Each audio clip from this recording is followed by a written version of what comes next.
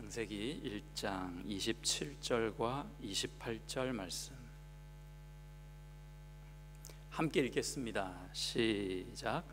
하나님이 자기 형상 곧 하나님의 형상대로 사람을 창조하시되 남자와 여자를 창조하시고 하나님이 그들에게 복을 주시며 하나님이 그들에게 이르시되 생육하고 번성하여 땅에 충만하라.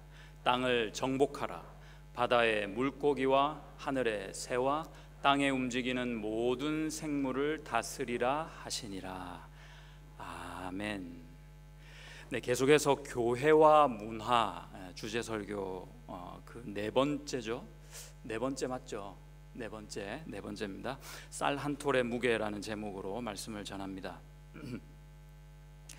우리가 살고 있는 이 세상이요, 확실히 진보하고 있는 건 맞는 것 같습니다. 뭔가 발전하고 있는 것은 맞는 것 같습니다. 그런데 자문해 보기를 좀 좋아지고는 있나 싶습니다. 우리는 이미 뉴 노멀 시대에 살고 있거든요. 그러니까 노멀이란 게 평범하다 이런 뜻 아니겠습니까? 옛날에는 별로 평범하지 않았고 오히려 이상한 것들이 이제는 노멀, 평범한 것으로 강요받는 그런 시대에 살고 있습니다. 이렇듯 우리 삶이요, 아주 빠른 변화에 지금 변화에 익숙해져 있고 우리는 익숙하지 못해서 막 따라가는, 힘들게 따라가는, 쫓아가는 그런 모습이 아닌가. 이런 변화에 늘 지금 계속해서 도전을 받고 있는 것이 사실입니다. 그러면 이러한 새로운 삶, 새로운 문화 속에서 우리는 과연 행복한가 또한 자문해 봅니다. 대답이 이게 쉽지가 않습니다. 오늘날 우리 삶을 급격하게 흔들고 있는 도전들이 몇 가지 있다고 생각합니다. 한 네 가지로 뽑아봤는데요. 첫 번째는 전쟁 문제입니다. 항상 가능성이 도사리고 있습니다. 아직 크게 터지진 않았지만 만약에 이 전쟁이 발생한다면요, 그 파장이 크다라는 면에서 볼 때 전쟁보다 더 우리 인류 사회에 큰 파장을 일으킬 만한 것이 있을까 생각해 봅니다. 두 번째는 바이러스 문제입니다. 바이러스와의 전쟁을 하고 있죠. 마이크로소프트 창업자 빌 게이츠는 이렇게 얘기했습니다. 핵 전쟁보다 더 인류를 위협할 것은 바로 바이러스의 위협이다. 만약 코비드 19보다 더 전파력, 전염력이 강하고 그리고 치명적인 그런 상해를 입힐 수 있는 그런 바이러스가 새롭게 등장을 한다면 인류의 종말을 부르는 그런 위협이 될 것이다. 겁이 덜컥 납니다. 세 번째는요, 바이러스가 나타나는 원인이기도 합니다. 환경, 생태 문제입니다. 인류를 위협하고 있습니다. 오늘 이제 그 주제로 함께 나누려고 합니다. 마지막 네 번째로는 노동, 경제 문제입니다. 급격하게 변화하고 우리를 뒤흔들고 있는 변화 문제다 했습니다. 4차 산업혁명이 가속화되고 있습니다. 인간의 노동의 장르가 바뀐다는 거예요. 내가 지금 기존에 하고 있던 일을 이제 더 이상 못하게 되고요, 바꿔야 되고 없어지게 되는 세상, 성큼 다가왔다는 것입니다. 이런 문제들을 쭉 볼 때 한 가지 주목할 것이 있습니다. 희망적입니다. 뭐냐면 주도권입니다. 전쟁이나 바이러스나 노동이나 경제나 이런 여러 가지 문제의 주도권이 아직은 있지 않아요. 그 주도권 누가 가지고 있습니까? 아직은 우리가 가지고 있습니다. 여기에 주목해야 합니다. 그림을 하나 보시죠. 타임지에 실렸던 표지 기사입니다. 2013년 8월 19일 특이한 표제죠. 뭐라고 했냐면 The World Without Bees 그랬습니다. 벌들이 없는 세상, 한 세상 이랬습니다. 경고하는 메시지인데요. 이 시기보다 훨씬 이전에 비슷한 추론이 하나 있었습니다. 이 세상에요, 꿀벌들이 사라지면 인류는 4년 안에 종말한다. 알버트 아인슈타인이 얘기했습니다. 두 번째 그림을 보시죠. 책입니다. 책 표지인데요. 가장 관련해서 저명한 서적인데요. 마크 윈스턴이라는 사람이 쓴 비타임입니다. 어쩌면 읽어보신 분들도 아마 계실 겁니다. 한국에서는요, 사라진 벌들의 경고라는 제목으로 출판이 됐었습니다. 우리가 이용하는 식량 자원의 3분의 1 가량이 곤충에 의해서 생겨납니다. 그 곤충들 중에도 그 가운데 90%가 꿀벌에 의해 수정이 이루어져서 식량 생산이 된다는 거죠. 그게 사실입니다. 또한 하버드대 연구 발표에 따르면요, 꿀벌이 없으면 식량 부족 현상이 생기는데 그때가 되면 매년 142만 명이 죽게 될 것이다. 먹을 게 없어서. 현실은 어떠냐? 벌이 사라질 정도로 환경이 오염돼 있는데 그런 상황을 뻔히 보고도 인간은 외면하고 방치하고 누구 집 불구경하듯이 하고 있다 하는 것입니다. 여러분, 북극에 지금 빙하가 녹고 있다는 거 우리가 다 알잖아요. 많이 들어보셨죠? 그게 녹으면서 이제 물이 많아져서 해수면이 상승하고 그게 문제가 아니라 지구 전체의 온도가 높아지는 겁니다. 세계 각지에서 그래서 이상기후 현상이 일어나고 있다는 건 매스컴 뉴스를 통해서 우리 익히 들어온 바죠. 미국 내셔널 사이언스지에서 생태학자들이 이런 발표를 했습니다. 지구의 온도가 원래 지구의 온도에서 섭씨 2도만 올라가면, 그렇게 상승하면 지구에 존재하는 생물의 20에서 30%가 멸종하는 위기에 처해질 것이다 합니다. 사실입니다. 그뿐 아니라 질병을 옮기는 해충과 야생동물이 있는데요, 온도가 상승하면서 서식지가 바뀌고 서식지를 옮겨가야 되잖아요. 고위도로 옮겨가면서 이들이 옮기는 그런 새로운 질병, 전염병들이 더 많아진다는 겁니다. 이 해충들이나 야생동물들이 다른 지역에서, 넓은 광범위한 지역에서 더 오래 살기 때문에 더 위협에 처할 수도 있다 하는 것입니다. 기후생태 연구에 가장 공신력이 있는 협의체로 알려진 UNIPCC에서는 이렇게 될 가능성이 아주 높다고 확신하고 예측하면서 발표하기를요, 이렇게 했습니다. 1906년부터 1912년, 그럼 몇 년 동안이죠? 6년 동안이죠. 이미 지구의 온도는 원래 온도의 0.85도가 상승돼 있다고 합니다. 이미 1912년도까지 그랬다는 거예요. 그리고 2018년 더 충격적인 연구 결과를 발표했습니다. 그림을 보시면요, 뭐라고 했냐면은 기후 변화에 따른 대재앙을 막을 수 있는 시점이 2030년이다. 거기가 마지노선이라고 합니다. 앞으로 12년뿐이다 그랬습니다. 그러니까 이대로 계속 가면 2030년이 되면 이제는 어떻게 해요? 술을 쓸 수가 없는 거예요. 손을 쓸 수가 없는 지경에까지 이른다. 이대로 계속 간다면 말이죠. 긍정적으로 한번 얘기해보죠. 생각해보죠. 12년밖에 없는 것이 아니라 우리에게는 아직도 12년이나 남아있습니다. 기회가 있습니다. 여전히 주도권은 우리에게 있다 하는 말씀이죠. 현실적인 대안으로요, 전 세계적으로 국가별로 리더십들이 연대하는 것이 필요합니다. 이거 아니고는 답이 없어요. 모두가 협조해서 탄소 배출 제한 협약이라든지 환경보전법 등을 성실하게 준수하는 겁니다. 서로 감독하고 서로 이렇게 도와주는 것이죠. 동시에 플라스틱이나 화학연료 사용을 줄이고 종국에는 없애야 합니다. 그 대신에 태양열, 수소, 전기와 같은 친환경 대체 에너지를 개발하고 보급하는 겁니다. 가장 현실적인 대안입니다. 다른 방법이 없습니다. 개인은 그에 비해서 좀 영향력이 약합니다만은 마찬가지예요. 에너지를 절약하고 친환경 제품 사용을 생활화해야 합니다. 광범위한 환경 교육을 해서요, 개개인의 친환경 문화의식을 배양해야 합니다. 국가의 리더나 환경운동가만의 몫이 아닙니다. 교회도 충분히 얼마든지 주도적으로 선도할 수 있다는 겁니다. 무엇보다 더불어 사는 문화, 더불어 산다고 하는 이 책임감, 책임이 있는 의식이 중요한 시점이다 하겠습니다. 뭐 예배 설교가 아니라 무슨 세미나 같기도 한데 조금 딱딱하지만 인내하고 한번 들어주십시오. 저는 자취 생활을 꽤 오래 했습니다. 그러니까 고등학교 졸업하자마자 해가지고요, 한 15년 넘게는 자취 생활을 했습니다. 어떤 해들은 대부분 이제 혼자 사는 자취 생활을 많이 했고요. 어떤 해 몇 년 동안은 이제 동기들, 친구들끼리 이렇게 쭉 모여가지고 자취 생활도 이렇게 했거든요. 근데 혼자 있을 때는 제가 그렇게 안 보일지는 모르지만 청소도 곧잘 하고 뭐 정리도 좀 하고요, 이렇게 살았는데 같이 사니까요 이게 잘 안 되는 거예요.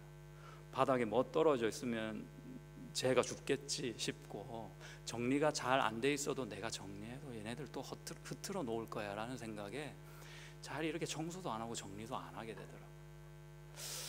사람이 그렇게 되더라고요. 결혼하고 나서는 어땠을까요? 제가 무조건 시키는 대로 합니다. 함께 더불어 살기 때문에 책임감은 사실은 더 높아져야 되는 게 맞죠. 그렇죠. 네. 그 책임감, 그 책임 의식이 지금 우리 모두에게 요구되고 있다. 자연도 마찬가지입니다. 우리가요 항상 받아 누리려고만 했지 정말 어여삐 여기고 소중하게 여기고 내가 그런 마음으로 이 자연을 가꾼 적이 있었던가? 쉽지가 않습니다. 그런 노력을 등한시한 것이 사실이죠. 나만을 위해 사는 삶은 다른 사람들을 돌아보지 못하게 합니다. 하나님께서 바라시는 삶이 절대로 아닙니다. 건전한 의식이야말로 신앙의 진위와 깊이를 가늠하는 시금석이 아닌가 생각합니다. 아프리카 남부 지역에서는 지금 이 시간에도 수백만 명이 기후변화 때문에 식량 부족 현상을 겪고 있다고 합니다. 인도와 파키스탄은요 지난해 여름철 온도가 51도까지 올라갔대요. 도대체 51도까지면 어느 정도인지 제가 가늠이 잘 안 됩니다. 건강에 위협을 받으며 살았다 합니다. 많은 개발도상국들의 중산층이 기후변화 때문에 극빈층으로 전락해 버렸습니다. 과테말라 소식을 제가 좀 봤는데 아예 농사를 못 지어요. 지금 농사가 안 되는 거예요. 너무 건조하고 뜨거워서 말이죠. 어쩌면 이 시대에 우리에게 가장 요구되는 성령의 열매 중 하나는 절제가 아닌가 싶습니다. 왜 절제냐? 실존주의 철학자 하이데거는요 기술의 본질을 뭐라고 했냐? 닥달하는 것이다 이랬습니다. 이런 말로 문명사회를 비판한 것인데, 우리 지구가, 이 자연이요 인간을 위해서 내어놓을 수 있는 것은 정해져 있거든, 한계가 있거든요. 그런데 인간은요 계속 과도한 소비 문화를 통해서 자꾸 닥달하는 거예요. 더 내놔 그러면서 말이죠. 자연을 닥달하는 꼴입니다. 여러분 기억해 보시면 우리 선배님들 예전에 물건을 그렇게 아껴 쓰고 나눠 쓰고 물려 쓰고 막 그랬잖아요. 저 자라면서요 대부분 속옷도 형제간에 물려 썼어요. 네. 막 물려 쓰고 쓰다가 속옷에 구멍이 나도 그래도 입고 다녔습니다. 안 보이니까. 그러다가 이제 아예 헤어지고 못 쓰고 찢어지면 어떻게 해요? 어머니가 그걸 주워다가 푹 삶은 다음에 행주로 쓰시고 걸레로 쓰시고 그렇게 했죠. 궁상맞아 보일 수도 있었습니다. 그러나 그 아끼는 마음 또는 의식이 있었다는 거죠. 요즘은요 그럴 필요가 없는 세상 아닙니까? 뭐하러 물려줘요? 얼마 안 되는 돈이면 새로 살 수 있는데. 그렇죠? 아니 누가 내 돈으로 내 거 사 입고 내 거 사 먹겠다는데 누가 뭐라 하겠습니까? 하지만 이 새 제품이 나오기까지 얼마나 많은 화석 연료가 사용됐을까요? 유통하고 가공하는 과정에서 어마어마한 에너지가 들었을 거 아닙니까? 그것을 고민할 수 있는 이가 의식 있는 이가 아니겠나 싶습니다. 옷 한 벌이 여러분 어느 시점에선가 제 기억으로는 90년대였던 것 같아요. 90년대 초반, 중반 정도였던 것 같은데 갑자기 확 싸지는 거예요. 네. 옷 한 벌이 지금은 얼마나 싼지 어느 나라에서 1시간 동안 받는 시급보다 싸요. 이게 무슨 문제일까요? 싼 거 우리가 사서 입을 수 있으면 좋지 싶지만 그렇지 않습니다. 하도 서로 싼 것만 고집하고 그것에 익숙해지다 보니까 기업들은 어떻게 됩니까? 무분별하게 가격 경쟁만 하는 겁니다. 옷이라는 것은 만들어내야 되겠고, 어떻게 해요? 만드는 과정을 줄이고 싸게 만들 수 있는 방법을 고안하는 거죠. 결국에 어떤 일이 벌어지느냐, 인도나 방글라데시, 남미, 아프리카에서는요, 극심한 노동에 시달리면서도 저임금을 받고, 그런 그 저임금을 받으면서 이 빈곤의 악순환을 계속 겪고 있는 사람들이 있다라는 겁니다. 그렇게 생기더라는 겁니다. 여러분, 이거는 바람직하지 않습니다. 절대 하나님이 원하시는 모습이 아닙니다. 다 같이 망하는 길이고요, 그리고 더불어 살아야 한다는 우리의 의식을 갉아먹는 모습입니다. 결과적으로 우리가 필요 이상의 과도한 소비 생활을 위해 자연을 막 닥달하는 거예요. 더 내놔 더 내놔. 그렇게 닥달하니 자연이 병들고, 병든 자연이 내뿜고 있는 것이 이상기후 현상이라는 겁니다. 그 위협과 피해를 누가 먼저 고스란히 받습니까? 가난한 우리 이웃이 당하게 된다는 겁니다. 그러므로 우리가 교회의 이웃사랑이라고 외치는 그 외침과 하고 있는 어떤 사역, 우리의 행동들 한번 재고해 봐야 되지 않을까, 새롭게 접근을 해봐야 되지 않을까 싶습니다. 이웃을 구제한다는 어떤 프로그램이나 헌금을 모으는 것도 좋지만, 오히려 우리가 스스로를 좀 돌아보아서 내 삶의 방식이 누군가를 위하고 그들을 도울 수도 있다라는 의식, 반대로 내 어떤 그릇된 삶의 방식, 내 삶 속에 녹아있는 그 문화의 양식들이 누군가를 치명적으로 위협 또는 피해를 줄 수도 있다 하는 의식을 갖는 건 말이죠. 여러분, 그러니까 내가 입는 것이 옷이다가 아닙니다. 내가 먹는 것이 단순히 밥이 아니라는 겁니다. 그 안에는 자연과 시간이 들어있습니다. 이웃과 삶, 세상과 우주가 깃들여져 있는 겁니다. 인터넷을 이렇게 서핑하면서 우연히 듣게 된 건전 가요가 하나 있습니다. 이런 의식으로 노랫말을 잘 붙였더라고요. 한 1분 정도 짧은 시간 한번 감상해 보시죠.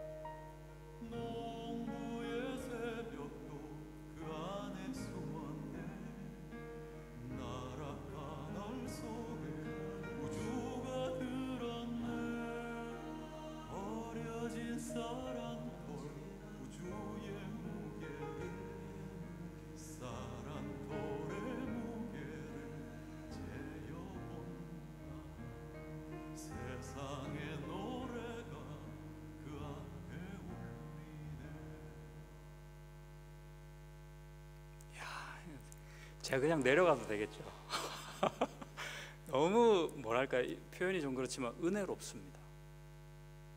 예, 감동적입니다. 제가 심수봉의 백만송이 다음으로 좋아하는 곡이 되어버렸습니다.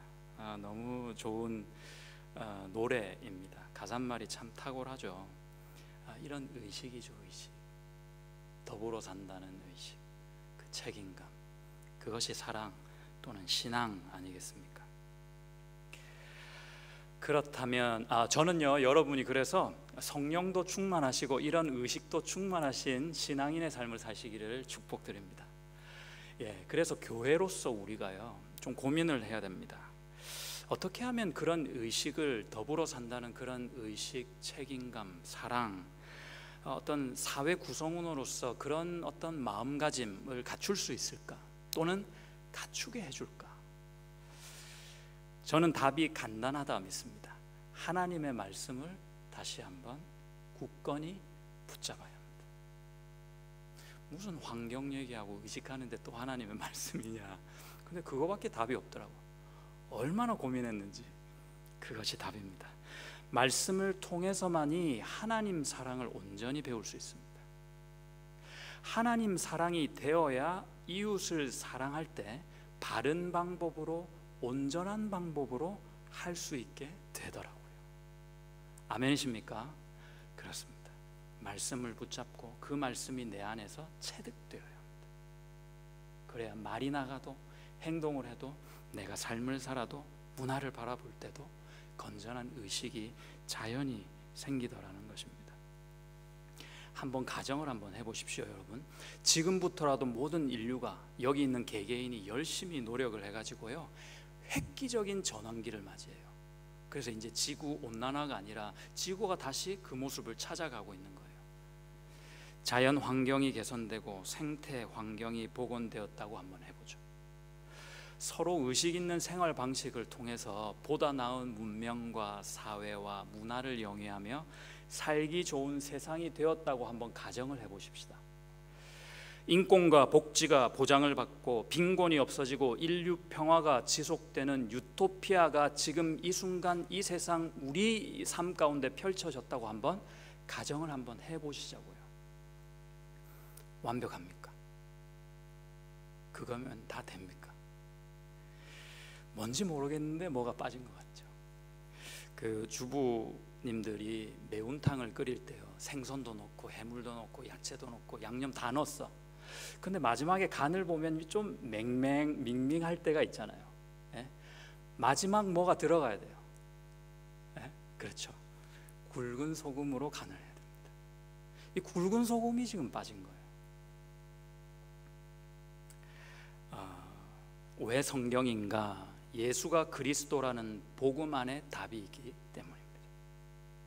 그 외에는 답이 없기 때문입니다. 세상은 절대 가질 수 없는 마지막 그 굵은 소금과도 같은 진리가 이 말씀 속에서만 녹아있기 때문입니다.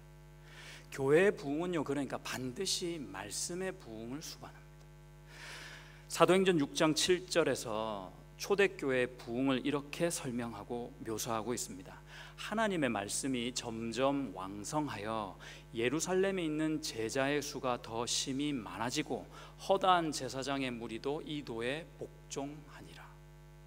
19장 20절을 또 보십시오. 이와 같이 주의 말씀이 힘이 있어 흥왕하여 세력을 얻으니라. 사람이 좋아서 교회에 와. 이 교회가 프로그램도 너무 좋네요. 그런데 모이기만 하면 서로 막 힘이 나는 거예요. 점점 막 사람이 많아져요. 그런데 모두 말씀에는 별 관심이 없어. 교회가 아닙니다. 나는 교인이 아닙니다. 내가 하고 있는 그 생활은 신앙생활이 아닙니다. 그걸 뭐라 그러냐? 바벨탑 쌓는다 그래요. 예수 바로 믿고 가고 있는 것이 아니라는 것이죠. 하나님을 떠난 인류의 어떠한 모습의 번영도 부흥이라 하지 않습니다. 오히려 저주에 가깝습니다. 인간이 높이 쌓아 올린 바벨탑이 저주받은 이유가 바로 그것입니다. 인류 사회의 안정과 안녕, 번영의 해답을 인본주의 안에서 찾기에는 그래서 거기에 한계가 있는 겁니다. 절대로 온전한 대답을 찾을 수 없습니다. 예수라는 진리 없는 번영은 간되지 않는 그냥 새빨갛기만 한 매운탕과도 같다고 하겠습니다. 굵은 소금이 필요한 거죠. 오늘 본문 말씀은요, 여러분 익히 알듯이 문화명령이라고 하는 구절들입니다. 문화명령. 충만하라, 정복하라, 다스리라. 네가 폭군이 되고 왕이 되어서 네 맘대로 해도 돼라는 말이 아니에요. 청지기로서 나는 주인은 아니지 하는 의식을 가지라는 뜻입니다. 내 주인을 위해서 내가 성실하게 이 사명을 감당해야지 라는 생각을 가지라는 겁니다. 남을 돌아볼 수 있는 이타적인 책임감, 그런 의식을 좀 가지라 하는 명령입니다. 그래서 뭘 막 만들고 하는 게 아니라 만들어 놓은 것, 다 이루어 놓은 것을 잘 가꾸라 하시는 하나님의 간절한 부탁입니다. 주인을 진정 경외하는 참 사랑으로 충만하라, 정복하라, 다스리라 하신 겁니다. 단순히 세상을 더 잘 살만한 그런 공간으로 만들라, 그런 환경으로 만들라 하기보다는 하나님의 방법으로 참 진리 되신 그 예수의 이름으로, 그 예수가 주신 유일한 생명인 복음으로 그 세상을 가꾸고 다스리라 하는 명령인 것입니다. 여러분 기억하십시오. 우리 없이 하나님은 세상을 창조하셨습니다. 그러나 그 하나님이요, 우리와 함께 이 세상을 가꾸어 가시기를 원하십니다. 여기에 우리의 사명이 있습니다. 어떻게 다스리나, 어떻게 정복하나요? 어떻게 충만하나요? 의식을 가지고 진리로, 사랑으로. 본문 말씀을 다시 보며 오늘 말씀을 마치겠습니다. 하나님이 자기 형상 곧 하나님의 형상대로 사람을 창조하시되 남자와 여자를 창조하시고 하나님이 그들에게 복을 주시며 하나님이 그들에게 이르시되 생육하고 번성하여 땅에 충만하라, 땅을 정복하라, 바다의 물고기와 하늘의 새와 땅에 움직이는 모든 생물을 다스리라 하시니라. 아멘. 기도하겠습니다.